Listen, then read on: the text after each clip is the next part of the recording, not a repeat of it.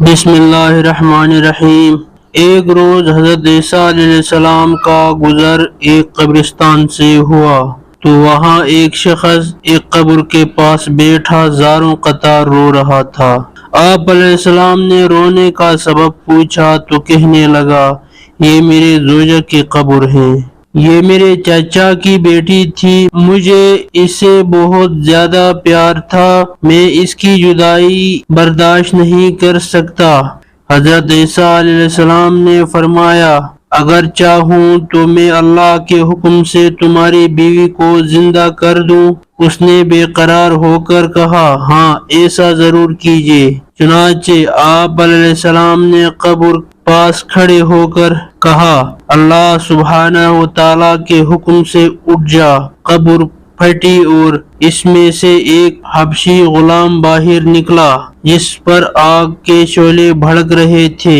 اس نے حضرت عیسیٰ علیہ السلام کو دیکھ کر بآواز بلند کہا، لا الہ الا عیسیٰ روح اللہ۔ اس کا کہنا یہ تھا کہ آگ بجھ گئی، عذاب الہی سے دور ہو گیا۔ اس شخص نے کہا کہ مجھ سے غلطی ہو گئی، میری بیوی کی قبر یہ نہیں بلکہ دوسری ہے۔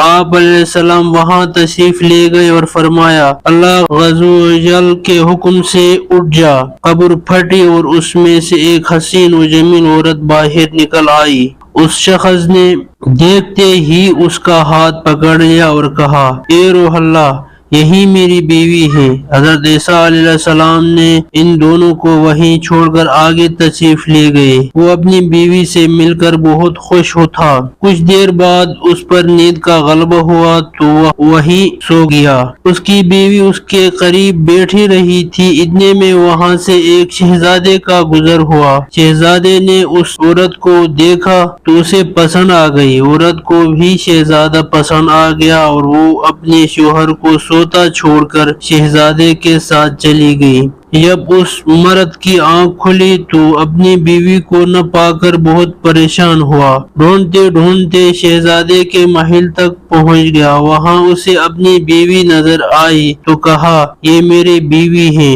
شہزادے نے کہا، تم جھوٹ بولتے ہو، یہ تو میری لونڈی ہے، یقین نہیں آتا تو اس سے پوچھ لو۔ یہ سن کر اس بے وفا عورت نے فوراً کہا، ہاں میں شہزادے کی لونڈی ہوں، میں تو تمہیں جانتی تک نہیں، تم بے جا مجھ پر الزام لگا رہے ہو۔ یہ سن کر وہ روتا ہوا محل سے واپس آ گیا۔ کچھ دن بعد حضرت عیسیٰ علیہ السلام سے ملاقات ہوئی تو عرض کی، اے روح اللہ علیہ السلام، میری بیوی جیسے آپ نے زندہ کیا تھا آپ شہزادے کے پاس ہیں۔ شہزادہ اپنی لونڈی بتاتا ہے اور وہ بھی یہی کہہ رہی ہے کہ میں شہزادے کی لونڈی ہوں، تمہاری بیوی نہیں، آپ ہماری فیصلہ فرما دیجیے۔ چنانچہ آپ علیہ السلام نے اس عورت سے فرمایا، کیا تو وہی نہیں جسے میں نے اللہ عز و جل کے حکم سے زندہ کیا تھا؟ عورت نے کہا، نہیں میں وہ نہیں ہوں۔ آپ علیہ السلام نے فرمایا، اچھا تو ہماری دی ہوئی چیز واپس کر دی۔ اتنا فرمانا تھا